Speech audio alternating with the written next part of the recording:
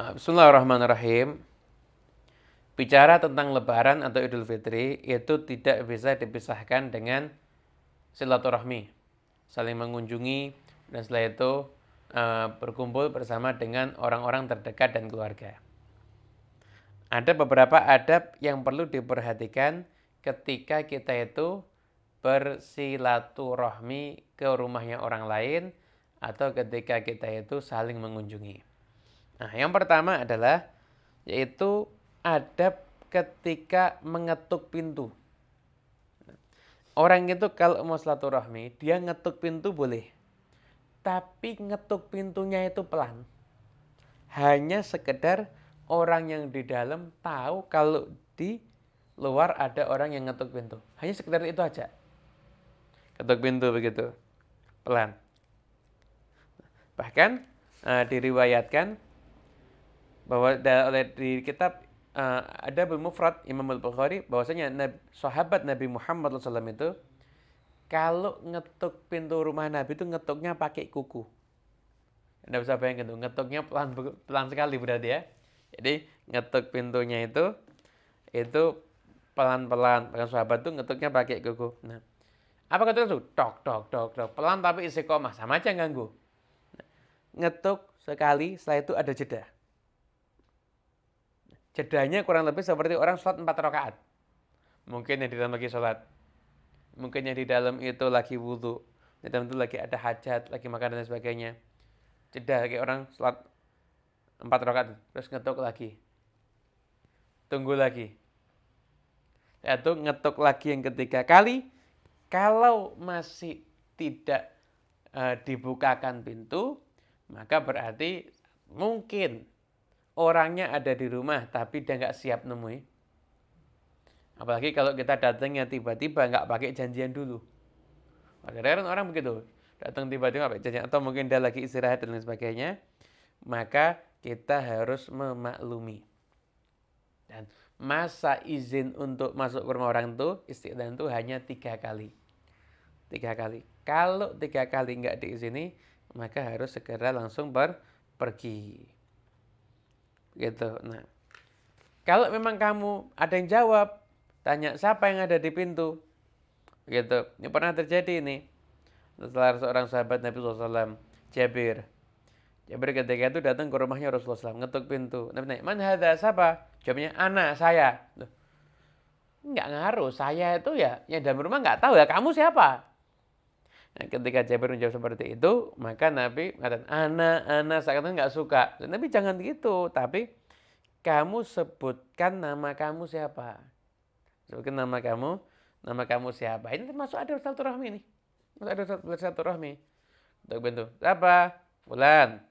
Terus nggak dibukain pintu, berarti dia lagi nggak siap. Mungkin lagi berantakan, mungkin lagi nggak mood habis ada masalah, mungkin habis ditelepon ditagih hutang kalau perlu mungkin enggak. Jadi dia nggak mood untuk ketemu orang. Anda harus maklumi itu. Anda harus maklumi itu. Gitu. Kalau memang orang itu nggak siap, loh, Anda kan mau masuk ke rumahnya orang, Anda ngambil waktunya orang. Berarti Anda harus peduli dengan kondisinya dia. Dia siap nggak dia ambil waktunya? Kalau dia nggak siap ya berarti Anda pulang dan Anda harus maklum tidak boleh marah. Tidak boleh marah. Gitu. Nah, setelah itu, ini adab lagi nih. Banyak nih adabnya. Ini belum masuk rumah loh, ini baru di luar rumah ini. Nah, kalau kamu tuh ngetuk pintu begitu, setelah ngetuk jangan kamu di depan pintu, kamu geser dikit. Geser sedikit. Gitu. Dari Sa'ad bin Ubadah pernah suatu ketika ada seseorang mendatangi rumah Nabi Muhammad SAW. Nah setelah itu orang di depan pintu kata Nabi, kamu agak geser di sini dikit. Kenapa? Fa'innamal isti'dzanu min adlin nadhar. Disyariatkan minta izin itu kenapa? Karena untuk menjaga pandangan. Yang di dalam rumah biar nggak dipandang sama yang akan masuk rumah. Ini ada penting. Ini banyak orang sudah lupa ini. Bahkan yang ini hukumnya haram ini sampai terjadi. Ngetuk pintu, nanti ngintip dalam rumahnya ada orang apa enggak. Haram itu. Ngintip rumah orang lain perbuatan dosa. Itu ada istrinya, ada anak perempuannya, mungkin nggak pakai jilbab. Haram itu hukumnya, nggak boleh begitu. Nah, jadi ketuk pintu terus geser. Sekiranya Sahibul Bait buka pintu, kamu nggak lihat apa yang di dalam rumah. Ini adabnya dan ini sudah banyak dilupakan saat ini. Yang namanya isti'dzan itu min ajli nadhar kata Nabi. Minta izin untuk masuk rumah itu karena agar untuk menjaga pandangan. Begitu. Kemudian setelah itu begitu dipersilahkan untuk masuk, maka kamu masuk dalam keadaan menundukkan pandangan. Gitu. Kemudian setelah itu kamu lepas sandalmu dengan posisi ngelepas sandalnya rapi. Kalau pakai sandal kan mulai dengan kaki kanan. Kalau ngelepas mulai dengan kaki kiri. Gitu. Dengan kaki kiri. Setelah itu kamu duduk di tempat yang sudah dipersilahkan. Di mana tempatnya? Nah, kalau dia ngasih kamu tempat di sini, udah kamu duduk di tempat tersebut. Kalau dia ada ngasih tempat untuk kamu duduk, misalnya bebas, cuma menyilahkan kamu duduk, maka pilih tempat yang kamu nggak bisa lihat ke dalam rumah. Jangan pilih tempat untuk kepo isi rumah orang, nggak boleh. Nggak boleh. Gitu. Itu ya. Jadi tempatnya itu tergantung tempat yang diberikan oleh Sahibul Bait. Gitu. Kemudian setelah itu,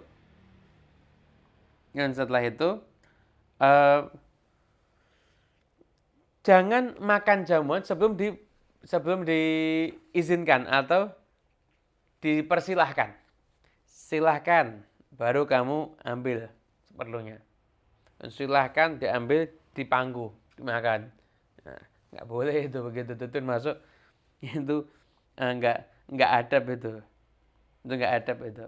Dan kalau memang kamu tuh duduk untuk misalkan bertiga atau ada banyak orang, nah ini masuk adab juga. Kalau lagi ngobrol sama banyak orang, jangan kamu bisik-bisik dengan yang ada di samping kamu. Bisik, nanti ketawa. Lagi bisik-bisik lagi terus nanti ketawa. Nggak boleh. Haram itu hukumnya. Itu nggak boleh seperti itu ya. Tidak boleh saling berbisik ketika di situ ada lebih daripada dua orang. Gitu. Yang termasuk adalah adab-adab ketika kita semuanya akan bersilaturahmi. Nah, tentu pula yang harus diperhatikan juga adalah memilih waktu yang paling tepat untuk bersilaturahmi itu kapan.